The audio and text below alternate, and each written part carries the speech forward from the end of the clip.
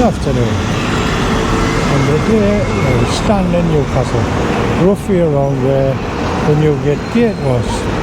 But it's not what we're going to talk about. We're going to walk that way and see about Percy Street.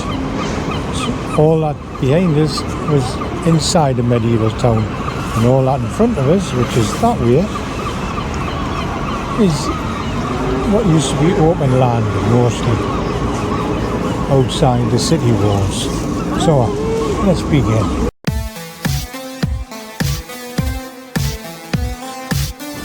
This is Percy Street, right in the heart of Newcastle. Thousands of us walk up and down it every single day. But what if I told you that this busy modern street actually started out over 900 years ago as a humble sideway on the very edge of town that has witnessed bloody wars, seen entire sections demolished and rebuilt, and has been at the centre of Newcastle's transformation from a medieval stronghold into a city we know today.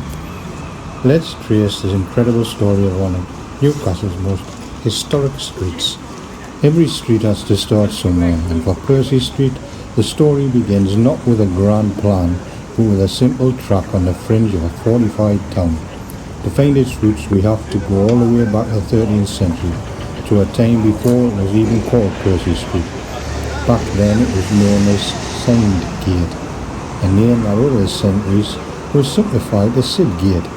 This wasn't even a street as we think of it today. It was literally a sideway, an exit leading out of a busy market area, past the imposing town walls that were being built at the time. This meant some of the first houses here were left completely exposed outside the safety of the town's defences. For centuries this was not a prestigious address. In fact, medieval records mostly just refer to the area as fields. By the 17th century it was described as a simple causeway, a raised track leading north out of the city. Still are hints of growth, suburban beginning to spread, suggesting the community was taking root. But the early progress was fragile. This expansion may have been brutally cut short during the English Civil War. When Newcastle was under siege in 1644, historical records suggest the defenders deliberately set fire to the suburbs on the north side of town to stop them from giving cover to the attacking Scottish army. It is believed this act of strategic destruction wiped out much of the early Sidgate, returning it to a more desolate state. By the early 18th century, the street's reputation was far from glamorous. Historian Henry Boyle wrote, "By the early 18th century, the street's reputation was far from glamorous. Sidgate is a street of indifferent houses, lived in mostly by poor people.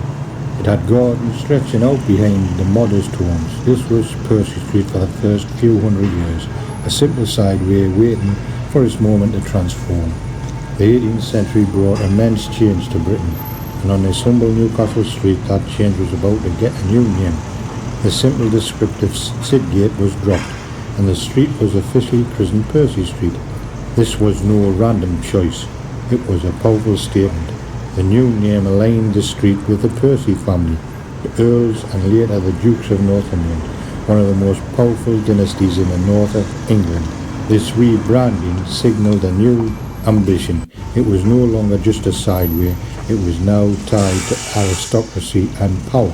And with its prestigious new name came development. Throughout the mid-1700s, building works stretched steadily northwards, reaching Barras Bridge by 1770. By the dawn of the 19th century, the east side of the street was fully built up. The city's authorities are starting to see its potential. In 1807, the council invested in the area at the street's northern end, draining and paving a large open space, creating a new public area called the Parade. This brand new space completely changed the street's purpose. What was once just an open approach to the city was now a hub of activity. In 1824, the Parade became home to Tuesday's markets for straw and hay, hence the name the Haymarket. A vital service for our city, that still ran on horsepower. It was also the spot for hiring fairs, where farm workers could find jobs. The space was versatile, even hosting travelling circuses, and becoming a key location for open-air meetings, where the public could gather and make their voices heard. Education also found a home here. In 1792, the St Andrew's School for Girls opened on the street, an early sign of educational role Percy Street would later embrace. The street that was once for poor people was now becoming a place of commerce, public life and learning. It was shedding its medieval skin and getting ready for its most transformative century yet. The 19th century is when Percy Street truly came into its own. It went from a developing road to a vital artery of Victorian Newcastle, pulsating with education, entertainment and commerce. This was its golden age, a time that would define its character and leave behind landmarks that are still talked about today. At the heart of it was education. In 1806, a man named John Bruce founded the Percy Street Academy. Bruce was a self-taught man who saw a need for a school that would prepare Newcastle's sons for career in business and trade. He offered practical subjects like French, maths and mechanics. The academy was a phenomenal success, its students including a future engineer giant Robert Stevenson, and by 1868 it was being praised as Newcastle's best secondary school. Though the school closed in 1881, its legacy is set in stone. The magnificent Bruce building, constructed on the old academy site around 1900, stands today as part of Newcastle University, a direct link to the street's pioneering past. But Percy Street wasn't just for learning, it was a centre of entertainment. In 1895, the incredible Palace Theatre of Varieties opened on the corner of Percy Street and St Thomas Street. This was entertainment on a grand scale. Rebuilt from an earlier venue, the Palace Theatre was a colossal building designed to hold between 3,000 to 4,000 people. For over 60 years it was a jewel in Newcastle's theatrical crown. Today only photographs remain. The theatre was demolished in 1959 and a car park and small units sit on the site, a loss of Palace of Varieties. The street was also a pioneer of another modern creation, the shopping arcade. Built between 1900 and 1906, the Handyside Arcade was elegant Edwardian glass-roofed horseshoe-shaped structure filled with independent shops. For decades, it was a unique and beloved part of the city's retail scene, famously dubbed the town-sized answer to Carnaby Street in the 1960s. But like the Palace Theatre, time was running out. Alongside these giants were other key institutions. The Haymarket Cinema opened in 1933, adding the street's entertainment options. All the while, the west side of the street kept its handsome Georgian brick buildings, home to businesses like the Percy Arms pub and an old carriage works. This was Percy Street in its prime, a dramatic mix of old and new, a place to learn, to be entertained and to shop. It was a beating heart of a confident industrial city.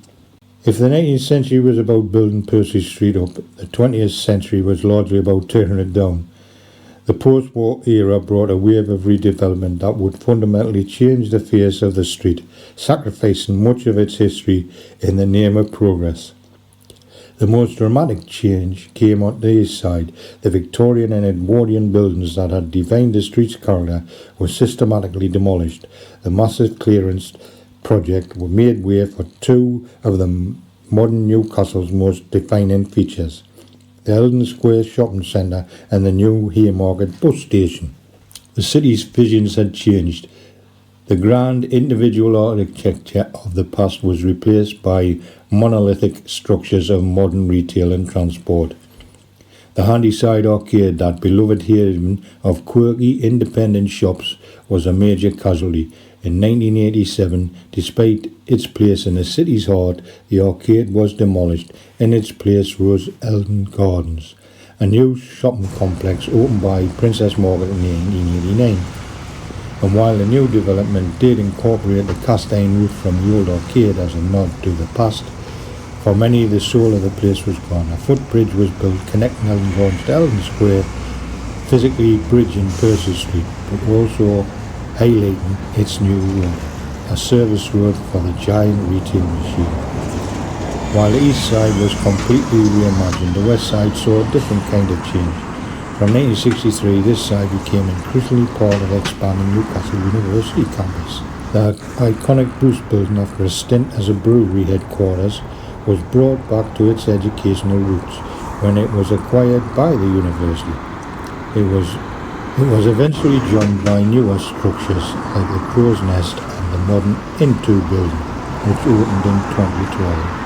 Today, Percy Street is a street of two halves. On the west side, you have the preserved Georgian buildings, now shops and pubs, sitting next to the imposing Bruce building and modern university architecture. On the east, the sprawling facade of Eldon Square and the non-stop traffic of the Haymarket bus station dominate the view.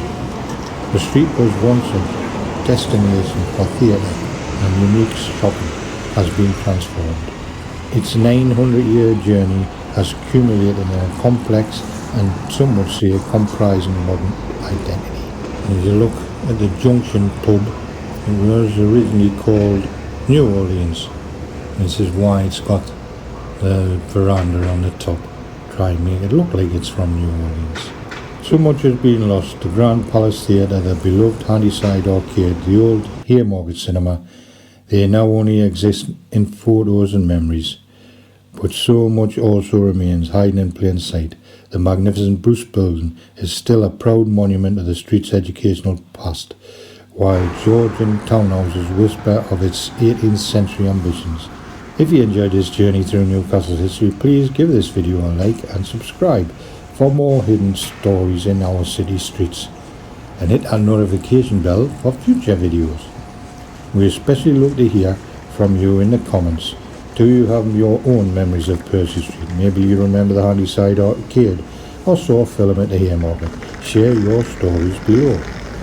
Today, Percy Street is a place of contrast, a transport hub, a university corridor and a side door to a shopping mall.